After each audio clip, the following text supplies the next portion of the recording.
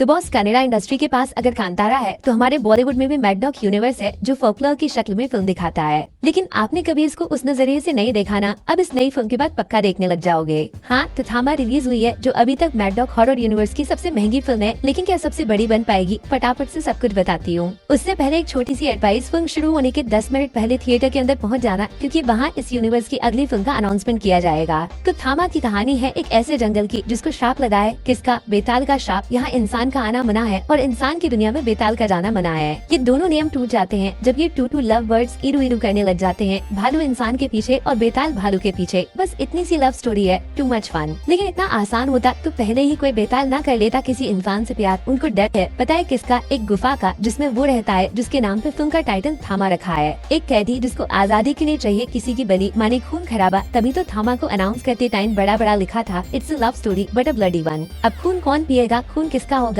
और कौन किसका कितना खून बहेगा, पूरे 2.5 घंटे में पता चल ही जाएगा। इस जंगल में मंगन होके ही रहेगा। चलो फिल्म को तोड़ लेते हैं 4 हिस्सों में। शुरुआत के 30 मिनट खर्च होते हैं थामा की दुनिया को बनाने में, बेताल, इंसान, जंगल, वर्ल्ड बिल्डिंग। फिर ठीक 1 घंटे पे पहली बार फिल्म में वैम्पायर शब्द का इस्तेमाल होता है, ड्रैकुला का जिक्र किया जाता है, तब रश्मिका का असली रूप बाहर आता है। उसके 3 मिनट बाद थामा शब्द का असली मतलब क्या है वो पास में जाके समझाया जाएगा। यहाँ पे आपको पता चलेगा बेताल वैम्पायर से अलग क्यों है, वो किसका खून पीते हैं या किसका नहीं पीते। और यहीं पे फिल्म का फर्स्ट कैमियो आता है, जिनके बारे में खुल के बात कर सकते हैं क्योंकि ये ट्रेलर में मौजूद थे। हमारे प्रहलाद चा उर्फ फैजल मलिक, बहुत अलग सा रोल है इनका। ये वो नहीं है जो आप सोच रहे हो, कॉमेडी के साथ एक बड़ा ट्विस्ट लेकर आएंगे। फिर आता है इंटरवल पॉइंट, उससे ठीक थोड़ा पहले फिल्म का बेस्ट सॉन्ग रहे ना रहे हम तो बचता ही है, लेकिन स्क्रीन पे फिल्म का सबसे शॉकिंग सीन दिखाया जाता है। मोस्ट अनएक्सपेक्टेड ट्विस्ट छुपा है यहाँ, जैसा अभी तक हॉरर यूनिवर्स की किसी भी फिल्म में नहीं हुआ। आप मान लो ये लव स्टोरी ने कुदरत का सबसे बड़ा कानून तोड़ दिया।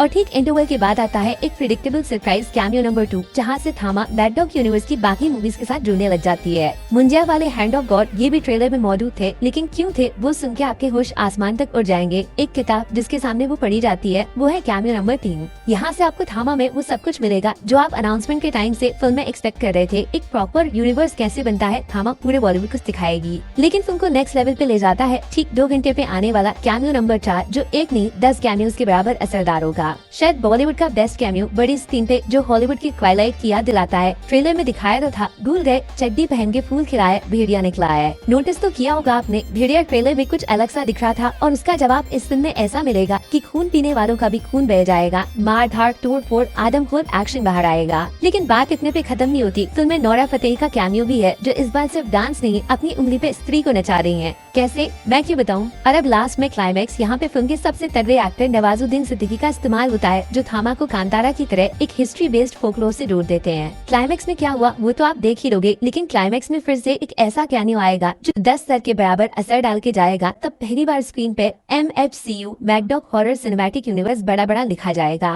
थामा एक बहुत इंटरेस्टिंग फिल्म है, इसकी कहानी में आप उलझ जाओगे, बीच बीच में ट्विस्ट आते रहेंगे, लेकिन कैमियोज का इससे बेस्ट इस्तेमाल आज तक पूरे इंडियन सिनेमा में नहीं हुआ। आयुष्मान फनी है, एक मुश्किल रोल इजी कर दिया। लगेगा नहीं पूरे 2 साल बीत गए इनकी लास्ट फिल्म देखे हुए, ऐसा लगेगा इस फिल्म में आप 2 अलग अलग आयुष्मान देख रहे हो। रश्मिका तो आलू हो गई है, कहीं भी फिट हो जाती हैं। उनका रोल सबसे मस्त है, इंसान को बेताल से जुड़ा है, सुंदर है, लेकिन सुशील बिल्कुल नहीं, दांत देखोगे डर जाओगे। लेकिन इस फिल्म में कुछ तो मिसिंग है, पता है ऐसा क्यों लगेगा? क्योंकि दोनों बेस्ट एक्टर्स नवाज और परेश रावल, इनका स्क्रीन टाइम काफी कम है, जो कर सकते थे वो करने नहीं दिया। बाकी आइटम सॉन्ग्स टोटल 3 है, 2 फिल्म के बीच में और तीसरा एंडिंग के बाद आएगा। कॉमेडी में डबल मीनिंग कहीं कहीं पे, लेकिन इतना नहीं कि घर वालों से फ्लाइंग चप्पल पड़ जाए। थामा को 5 में से 4 स्टार्स मिलेंगे दोस्त। पहला बड़ा बड़ा कैमियोज, मजा ही मजा आ गया। आपको दिखेंगे सिर्फ 5, लेकिन 25 कैमियोज हैं। अगर तीसरी आंख से सोचोगे, जो इस कहानी में दिखते नहीं लेकिन मौजूद हैं। कैसे? दूसरे वीडियो में बताऊंगी। दूसरा, थामा की स्टोरी को प्रॉपर यूनिवर्स के साथ प्रॉपर्ली कनेक्ट करके आगे बढ़ाना। तीसरा, फोकलोर से उठाए गए बेताल को 2000 साल पीछे से 2025 में लेकर आना। और एक आखिरी कैमियो नंबर 4, भेड़िया रे भेड़िया तूने क्या किया। Thank you mad dog cinema. Negatives, film का फर्स्ट हाफ थोड़ा ज्यादा बातूनी है, डायलॉग्स लंबे, कहानी छोटी रहेगी और परेश रावल के सीन्स बोरिंग कर दिए। Plus Nawaz the bad guy, इनको इतना कम क्यों दिखाया? अरे वो दिवाली ही क्या जो पटाखों की लड़ी, काजू कतली और थामा के बिना मनाई जाए। टिकट बुक करो, लाइन लंबी लगने वाली है।